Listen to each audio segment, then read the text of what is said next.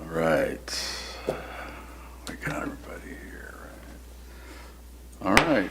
We will go ahead and call the City of Desert Hot Springs regular meeting of the Planning Commission to order. Roll call, Mr. City Clerk. Commissioner Aliman, Present. Commissioner Stover, Here. Commissioner Wagstaff, Present. Vice Chair Nindell, Present. Chair Voss. Present. Leroy, you lead us on the pledge.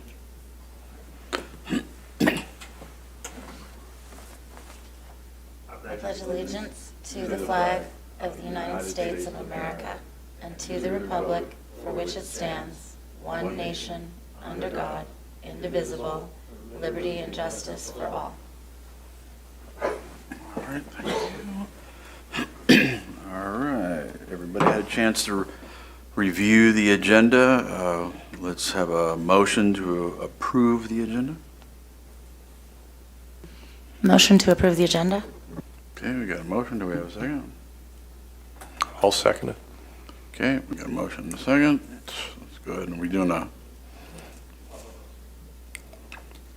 oh, somebody?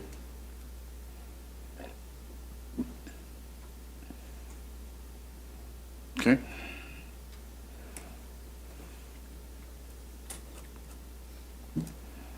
Oh, sorry. Motion passes unanimously. All right. Moving on to the first item, minutes for our meeting of March 12th. Do we have a motion for approval? Or is there anything that somebody needs to present as correction or anything like that?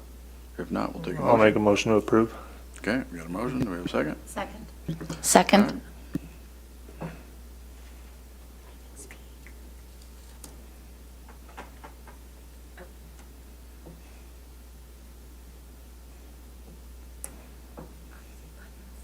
Motion passes unanimously. All right. Moving on to public comments. Do we have any public comments, sir? We do not, sir. All right. So then we will begin with our public hearing. We will go forward with conditional use permit number 24-2, an application for a religious assembly located at 65935 Pierson Boulevard, Suite A. Staff? Good evening, Mr. Chair and members of the Commission. This application is for a religious facility to be called Iglesia de Dios Vivo a California. Hopefully I did that well. This church is proposed to be located in a multi-tenant unit structure on Pierson Boulevard in our downtown area. This is a photo of the building, and the church would be located in Suite A, where the old Farmers Insurance. You'll recall from the previous meeting, an approval for a smoke shop was approved in Suite B. So a little bit about the church. Religious assembly facility is a permitted use in the downtown commercial zoning district with a conditional use permit. The church will occupy space of approximately 1,050 square feet. And the hours of operation for the services are proposed at Thursday from 6 to 9 p.m., Saturdays 7 a.m. to 3 p.m., and Sundays 9 a.m. to 2 p.m. In accordance with California Environmental Quality Act, this project is exempt from CEQA per section 15301, class 1. It is an existing facility. And staff's recommendation is the Planning Commission approve the CUP to establish a new religious assembly facility located at 65935 Pierson Boulevard, Unit A, within the multi-tenant building, subject to the conditions of approval. And the applicant is here this evening, and we may have need of translation services, so Daniel Porras has volunteered for that if needed.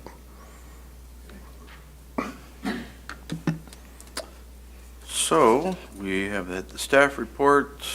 Do we have any questions of the commission? All right. Over here. Okay. My question is this, and last time when the smoke shop was here, we had discussed the shop owner putting in some plantings in that front planter that is on Pierson. And then as we were looking at it on the map yesterday, we discovered that it was a part of the city right-of-way. And in fact, I think it is kind of onerous for the tenant to have to plant something for the landlord. But I'm wondering if we can have the city, since that is on our right-of-way, work with the property owner to plant that planter, maybe so that it aligns with the others that are planted along there. It just is the one that's completely bare. And I'm just wondering, what's your take on that? So certainly understand what the objective is. We're trying to beautify our downtown, and having nice landscaping is definitely part of it. Interesting, from the last meeting, the smoke shop, when I called him about, where's the planting, he said, they're in there. Like, what do you mean? So he had understood the requirement to be the planter in front of the building between his porch and the parking lot. Yeah. And he did plant really nice flowers in there, but not the one on Pierson. Right. So my concern was whether there was irrigation in the planter area that would keep the landscaping alive. My inspector went out there and said, looks like there is risers coming out of the ground, but they don't look like they've been functional in a while. And I said, well, did you see a controller or a valve anywhere? Yes, in the planter on the property next to it, which is a different property owner. So anyway, I have the applicant for the smoke shop following up with the current property owner to see if there's a way to get irrigation into that planter, and then it could be planted. As far as the city doing the landscaping services, what I was told by Public Works is they typically do not maintain areas behind the public sidewalk unless it's brought into a CFD, Community Facilities District. So, for example, parts of Skyborn along Pierson, that has been brought into a CFD. And of course, all of our landscape medians in town, those sorts of things. So we are looking into it. We're trying to follow up to see if we can at least get the irrigation turned on. That's step one. Yeah. And then after that, Smoke Shop has agreed to do additional plantings there. Okay, awesome. And so just to clarify and simplify, the city is following forward with the tenant and with the landlord to make sure that that area is beautified in accordance with the walking district that we're trying to create? Yeah, but having irrigation is kind of key, or the plants just aren't going to survive. Oh, I understand, but I'd like to see it move forward even if it requires the landlord to fix the irrigation. Yeah. Okay, thank you. Yeah, I mean, at some point, there was, you can tell. Yeah. And it looks like the way that project was originally done, it looks like that two separate property owners came in with one project at some point based on the way that cut-ins were there. Have we thought about ever maybe putting like Mexican fan palms or something like that up there and encouraging some trees? Shade. Yeah, the real need is shade trees. And ideally, we would look at that as part of an update to our downtown-specific plan, or I would say a revamp of our downtown-specific plan. We really need to do a thorough examination of our streetscape downtown, and part of that examination is adding additional shade trees to the downtown area rather than just the palms. It would really make that area look nicer too, and just kind of just bland. I mean, would it be possible to encourage the property owner to place a shade tree in that planter? Just as a suggestion, Yeah. a gentle suggestion. It would be. For a shade tree to really do well and survive, you're going to need to have at least one deep watering well, and ideally have two, but at least one of them is deep watering. Okay. That's all I have. Yep, I don't have anything. Chris, anything? No? Okay, then we will open the public hearing and we'll take testimony from the applicant. Would the applicant like to come to the podium and have anything to say about it? Who is the applicant? ¿Tienen unas preguntas o comentarios que quieren decirles? No comments. That's okay. They're good. That's okay. All right, we'll take testimony. We don't need to do that. Do we have any public testimony of any kind? We have none, sir. All right, then we'll close the public hearing and planning commission discussion and/or a motion for approval. I'm ready to move to approve permit number 24-2 with no conditions. Okay, got a motion? I'll second it. Got a second? Perfect. We'll go ahead and vote. Perfect. Motion passes unanimously. All right. Thank you. Congratulations and welcome to Desert Hot Springs and opening up Welcome. and Bienvenidos. and filling up a vacant building for us. Great news. Thank you.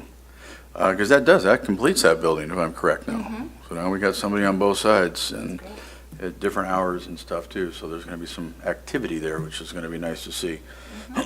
Perfect. All right, moving on to the third item. Recommendation to the City Council to adopt the Parks Master Plan. Staff.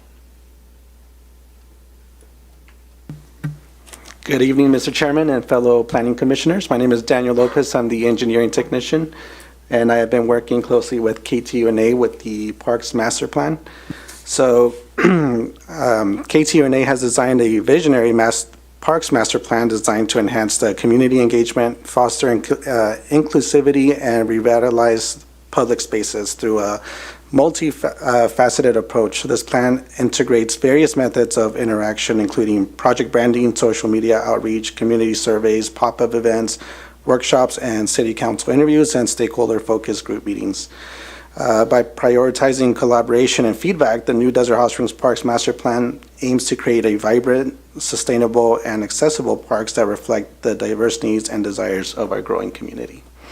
So we actually have KTUNA here with a PowerPoint presentation of the Parks Master Plan. All right.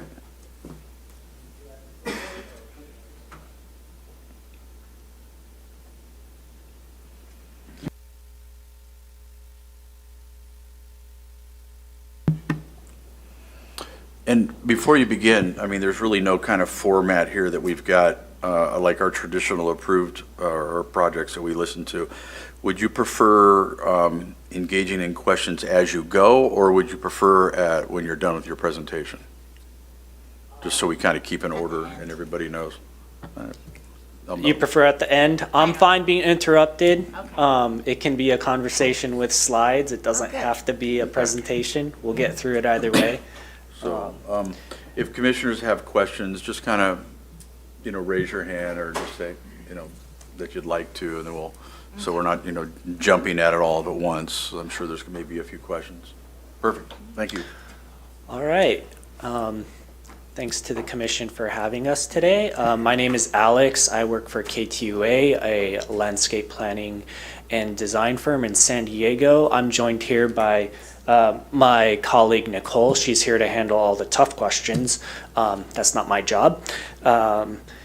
But we have experience doing these types of plans, communities throughout Southern California, really, and we also specialize in active transportation, improving, so basically improving recreation and getting people outside. So that's what our company is all about. Our team for this project included our project team at KTUA and working with city staff, and a sub-consultant, the Matrix Consulting Group, doing financial and programming analysis on this plan. So real quickly, for the uninitiated, what is a Parks and Recreation Master Plan? It's really something that looks at the existing conditions of how well your parks currently serve the community and set a clear set of goals and priorities for the next 10 years or so. A big component of this is community engagement and stakeholder engagement. So we reached out to different groups and communities and spoke with city council members and sports groups, things like that, to get their input. And all of this is wrapped up into the plan to help guide informed decisions for the city to, use funds wisely and plan to meet the needs of the community. We also go into detail on some funding sources, which the city has obviously been successful with Corporate Yard Park. some things that this plan does not do. It doesn't go into design, it doesn't go into environmental review or engineering detail. While this is a citywide master plan, the further level of detail, there's master plans that can be done for each park that look at specific use areas and types of landscaping, things like that. But this is citywide, looking at needs and kind of trends and desires in the community.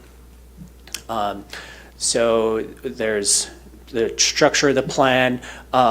Really, the bulk of it is in the analysis, community engagement, and recommendations. That's what you all care about the most. We support those efforts with maps and tables and comparing your city to standards and doing some unique analysis for access to parks and things like that. So existing conditions I mentioned are a big part of this.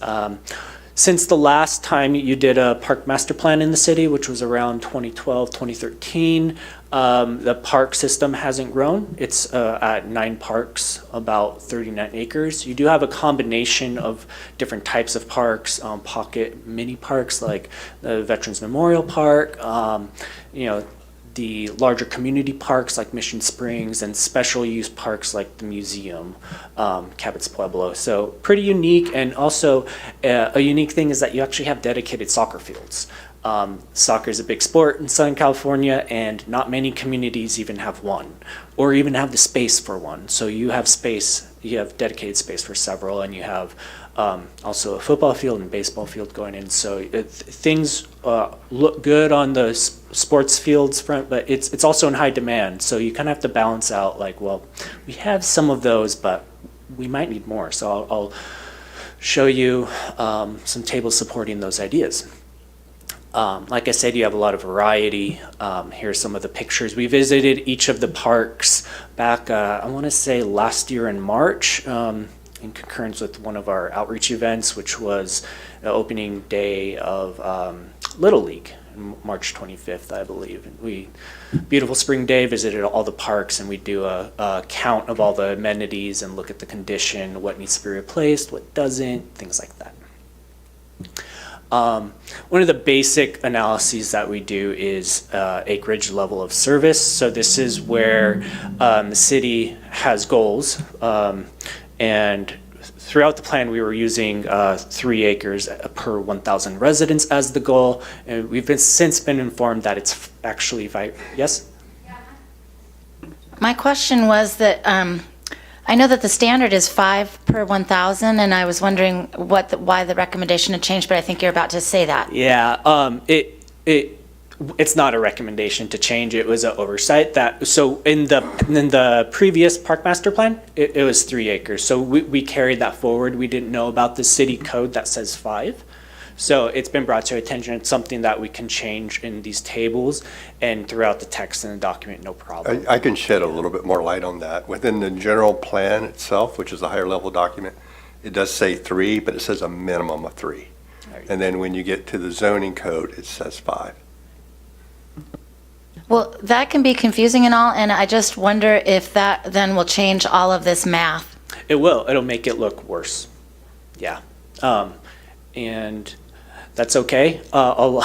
It's good for applying for grants, maybe. Yes, it is. And like I said, you're successful at that. But I want to run through the numbers really quick, just calling out the table on my left here, should be 2023. The table on the right should be 2045. It's a difference in the base population in the city. Currently, you're at about 30,000. 2045, you're projected to be about 60,000. Whether or not you reach there is a whole nother thing. And this table doesn't incorporate the planned and funded acreage of corporate yard, so that would also change the numbers, but you still remain at a deficit because of that growing population, right? So currently, you are at about 58 acres in deficit to meet even a 3 acre per 1,000 goal. And in the future, that could be, if no further parks were developed and you indeed do double in population, that increases to 153. So that's kind of casts the picture of park need. We also, and that's park acres, just size. We use parcel data. We do some spot checking to make sure that we're really only counting the park area itself, not empty lots, things like that. So that's really reflective of what's on the ground. We also look at the amenities within each park, swimming pools, soccer fields, pickleball courts, and we compare these to some national benchmark numbers provided by the National Recreation and Park Association. These numbers change on a yearly basis. They are self-reported, but you are compared to your peers of communities between 20 and 50,000. So currently you don't have huge deficits in any of the amenities. And again, you do have amenities going in that help continue that, but the population increase kind of offsets it. So keep going after those grants. Some of the higher requested or identified needs in the community were sports fields across all of the organized youth sports. This table actually doesn't do a good job of highlighting that, but the community does do a good job. So we take this quantitative analysis with the qualitative input. We take those kind of hand in hand and consider which is better, or not which is better, but how they speak to each other. So another type of analysis we do is really it's a measure of accessibility. We look at walk sheds and bike sheds and drive sheds. Generally speaking, it's called travel sheds around each park. The kind of light speckled green are half-mile, what's considered a half-mile walk shed or 10 minutes of walking around each park. And you can see that there's gaps. The lighter solid green-blue is a drive shed. So this kind of illustrates that there's gaps for the more sustainable, active modes of transportation that we want to encourage people, but to use. But if you must use a car, you can access all the parks you want. Whether or not those parks have everything your heart's desire is a whole nother question. But you do have pretty good coverage for driving, less good coverage for walking. Like I mentioned, public engagement is a big part.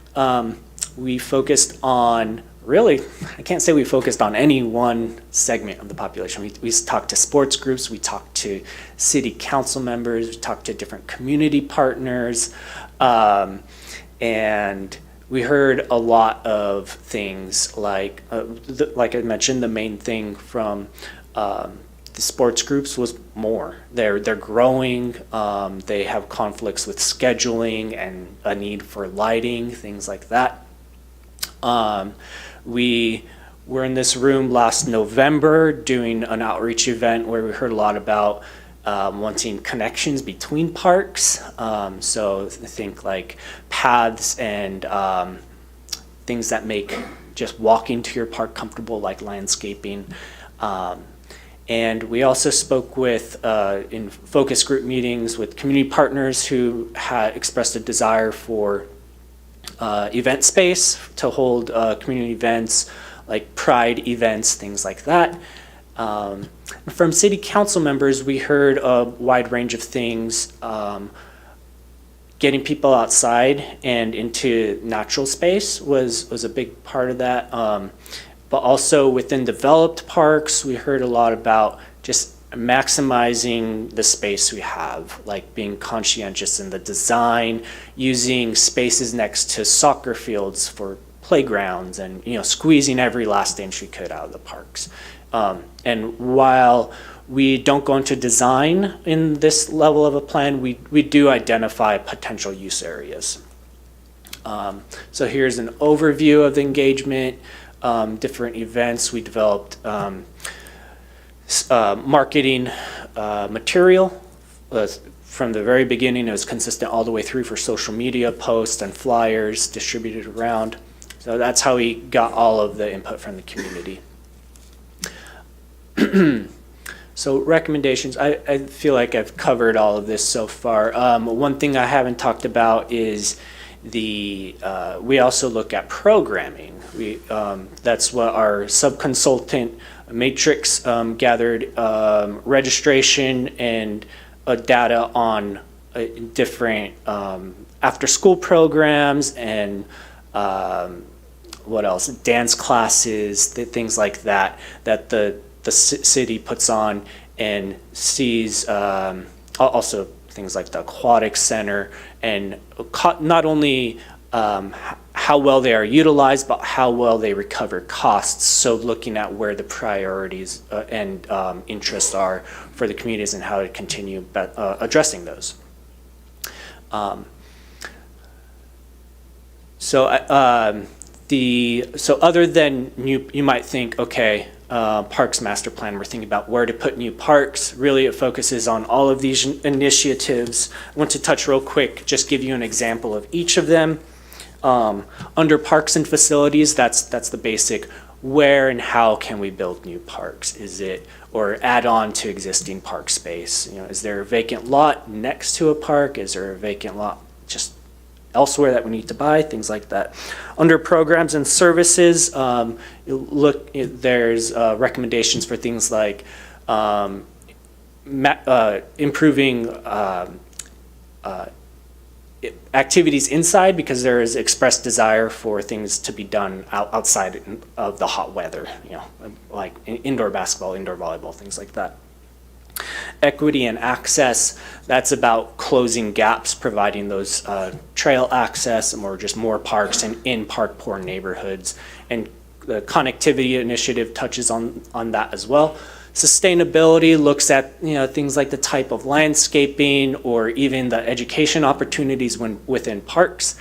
Placemaking really touches on how humans interact with their environment, you know, providing resting spots to or within parks. Safety and comfort is really a design-focused initiative looking at, you know, lighting and types of furniture within a park that encourage desirable behavior, you know, not sleeping in parks, things like that.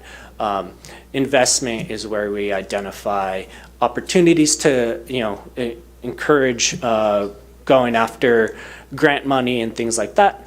And administration really comes down to how the city can get the word out there about the great parks that you're building. So those are just some of the recommendations under all of these plan initiatives.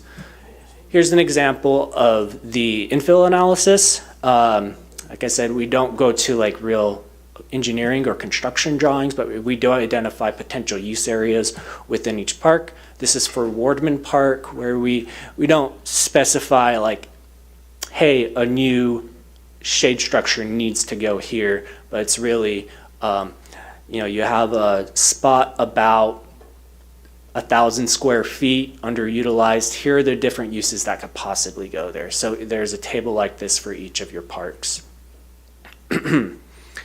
Yes? Does that include Hot Springs Park? Yes, it does. Okay, good, because it seemed to be getting shortchanged through the document. I noticed it wasn't included in the park analysis. Wait, I don't know which page, but anyways. Okay, we can look at that closer, make sure it's getting its fair shrift. Thank you. Yeah. I've mentioned a lot of these future parks already. In addition to Corporate Yard, which is already funded, there's a lot of mention of getting the Skyborn or Karen Avenue Park completed, and other opportunities like expanding Mission Springs Park, Mission Lakes Boulevard Trail and Park Space, and other like neighborhood mini parks, different locations throughout the city. And here's a map of those future parks, and developing these future parks really addresses the access and equity part of it. And we also include options for a centralized park space in downtown, which would include possible like meeting space, community meeting space, like there's expressed desire from the some of the community groups. So we mentioned short-term, mid-term, long-term. These are just examples. In the short term, you can install passive recreation things like the easy things, the benches, shade structures, workout equipment, things that you could fit into a budget maybe year to year if there is leftover money.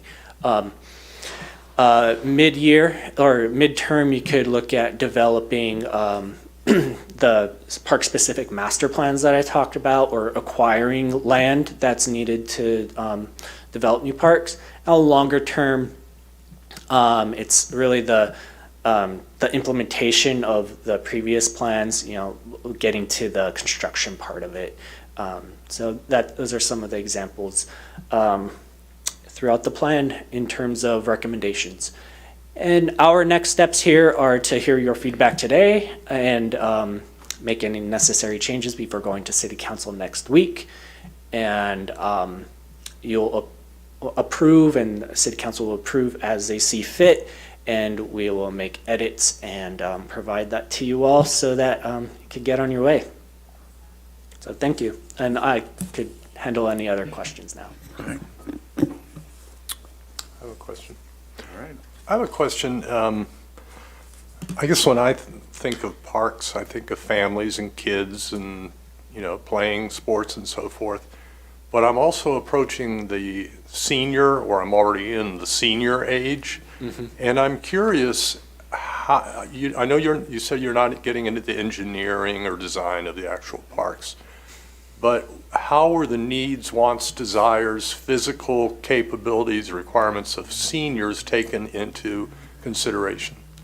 Yeah, the accessibility, making sure that there are smooth ADA, that's not just for people who are in, who use mobility aid devices or in a wheelchair or cane, but just making sure that there's access to, you're not walking across a soft grass to get to a shade structure, a picnic bench, things like that. I believe in Wardman Park, we actually reference, we actually recommend an ADA path leading from the parking lot to another area of the park, because currently that's the situation. You have to walk across soft grass to get from one side of the park to the other. I forget which. So access like that, it's the seating and shade. I guess that's what I'm wondering. Are parks that tend to cater towards seniors designed differently? Do they have different amenities besides an ADA path that you're talking about? Do they have more benches, more shade, more water, something like that? I mean, I couldn't tell you. I'm not a park designer. I'm not a landscape architect like that. I think we want to yeah. design parks for everybody, all ages.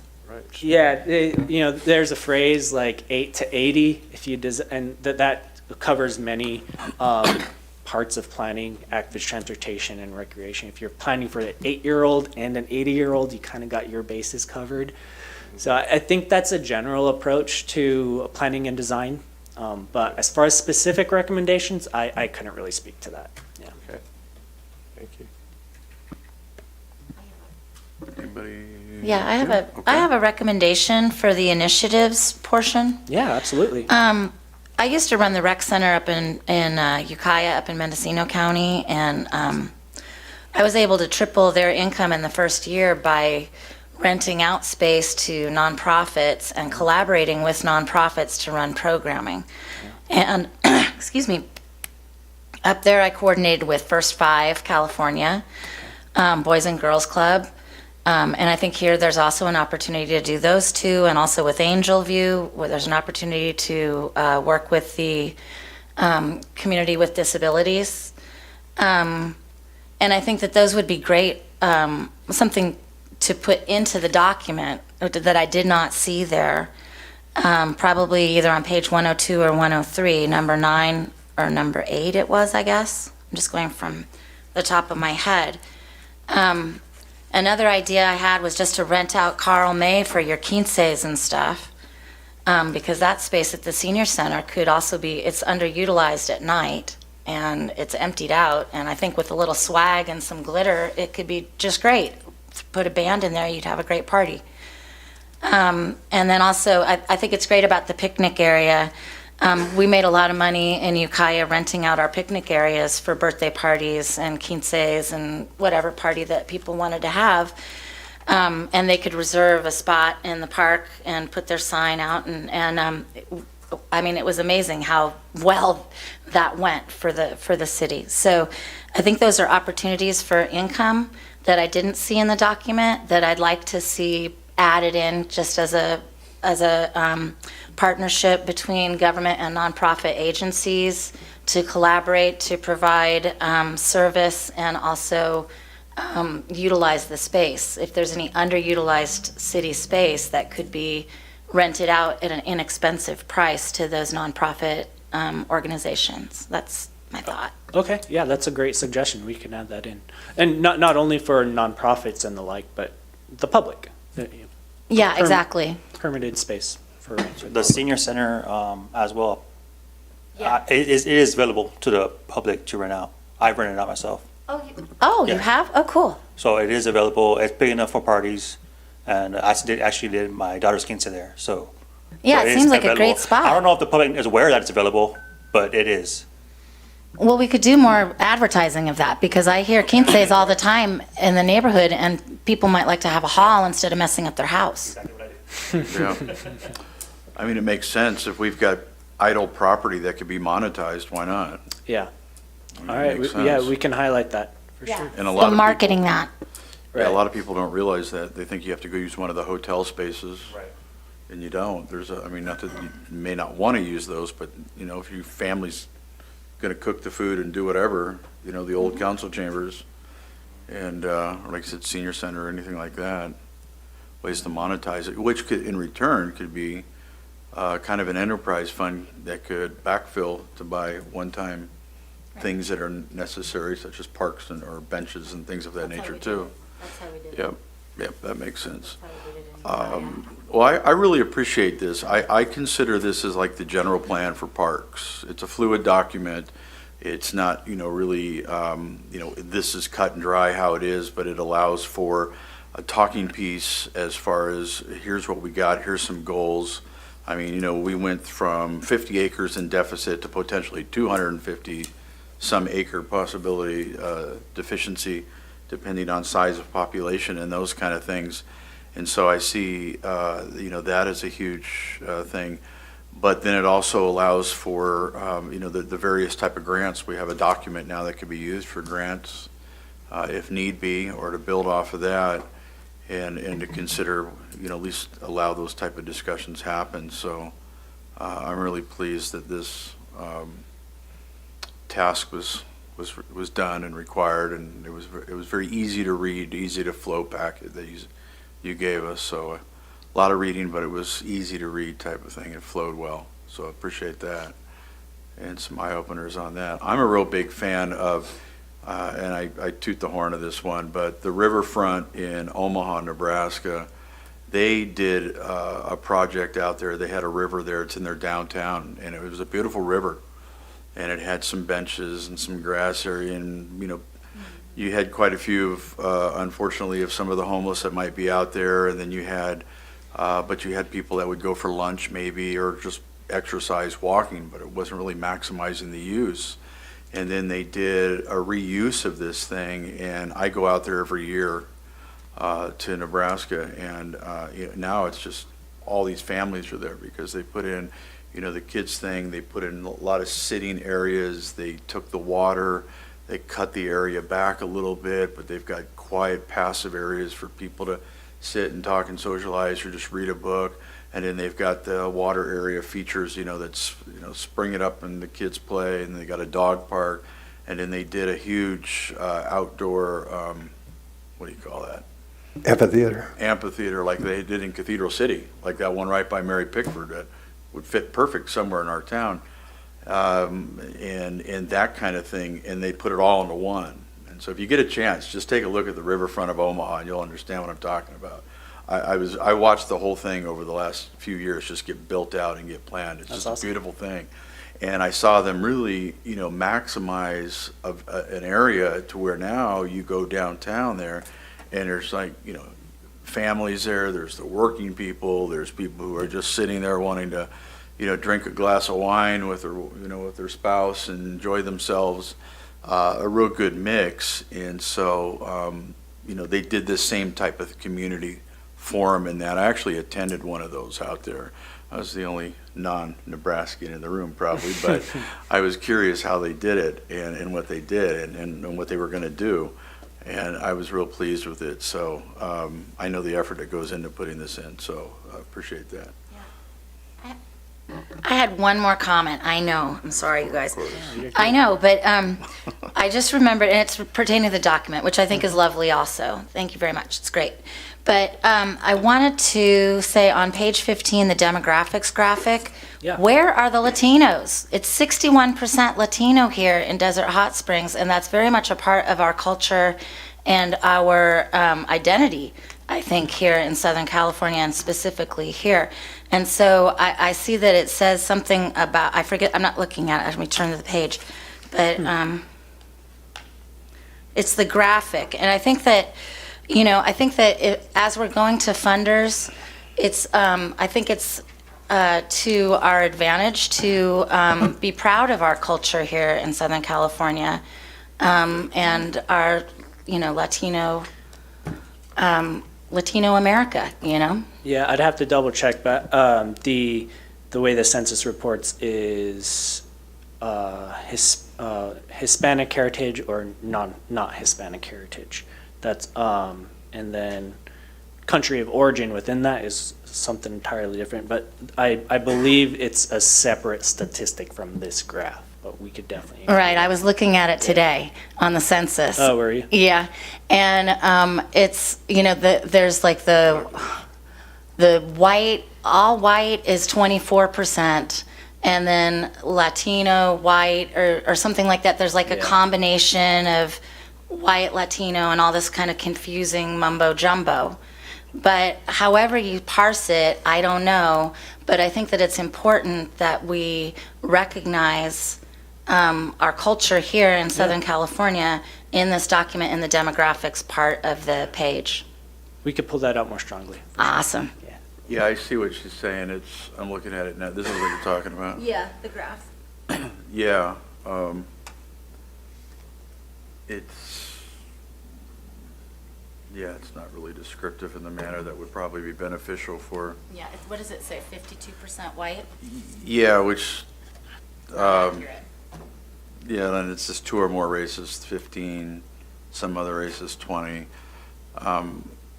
Probably the way to do it is how would you, what would you be supplying if you were filing for a grant is probably the best way to term it up as.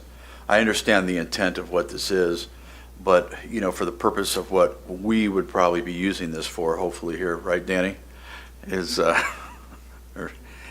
for other purposes besides just reading material and having that that broken down, especially in this document, because your document's a great document. Mm-hmm. So I think if it just had that type of thing defined a little bit better, it would be super, super helpful with that. Yeah. Because No the problem. rest of it, even kind of in the narrative part, it talks a little bit about. Yeah, The other thing is, we're eligible for rural area grants and the like too, especially at the federal level, and HUD grants and those things, and that's where they get real specific on some of those things. Yeah. But yeah, median age, almost 35 years old, and we're a young town. Anyway, that was my last comment, but it was kind of an important one, so I. No, absolutely. So Jim, I've decided, since that's the median age, that I'm gonna stick with being 35. You might need those And improvements in the park scenery. yeah. We don't really I don't think we have, it's just an information only on this, correct? Is there, or did you want a formal? Yeah, just again, Mr. Chair and planning commissioners, we have, this is a planning document. Obviously, it's a citywide planning document. The biggest take that the city gets is, one, we get public input. That's the biggest deal. We go around, we do a lot of public outreach meetings. We did a lot of pop-up events at the local sporting events, in the fields. We had meetings here. We even had an online survey. What it does is we want to hear what the public wants to see. We want to hear what the priorities are, and we get that, and our consultant puts it into one nice plan. It's a short-term, long-term, and even longer-term plan for us to implement it. Now, majority of this is obviously going to be based on funding sources that we have. So what we use this in this information is the community has desired X, Y, Z, these are recommendations, and we're going to use this document to go ahead and supply and apply for any type of grant funding that we have that qualifies, especially for grants, for recreation programs, for trails, whatever it is that meets these criteria. We've been successful. We use the 2013 one, but it's 2013 for the Courtyard Park. But we've also used it for playground structures. We use it for upgrades to our Furby pool, for anything that we possibly can think of. We utilize it. So it is very important. We do want to adopt it. So I just wanted to kind of make that statement that it's one of the, not only a planning document, but it's a great resource and tool that one is required for almost for every single state and federal grant that we do here that we submit here in the city.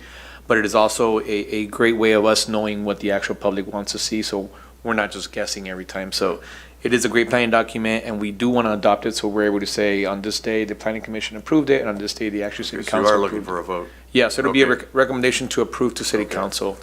I believe we have Okay, it there because now I didn't here. see, okay, recommendation to the city council. All right, very good then. So are you looking for a motion? Let me ask a question first, please. Yep, we'll Just a question about Corporate Yard Park. Two questions, actually. I heard, I was told it was about 95% done with the plans and groundbreaking. We have a date on that yet? And Corporate Yard Park, is that the name we're gonna call it? So the park design is done. We are going through plan check.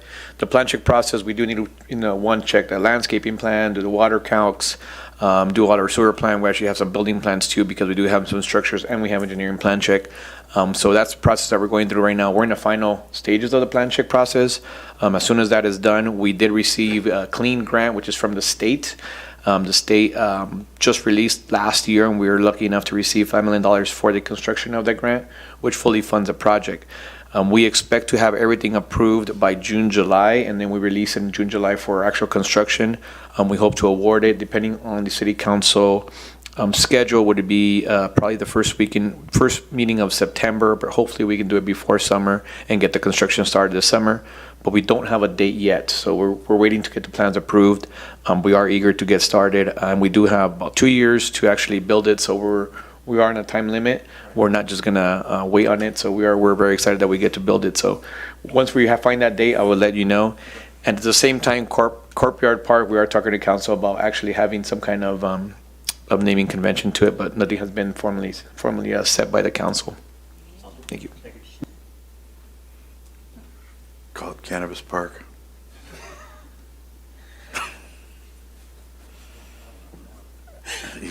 Hot mic, buddy.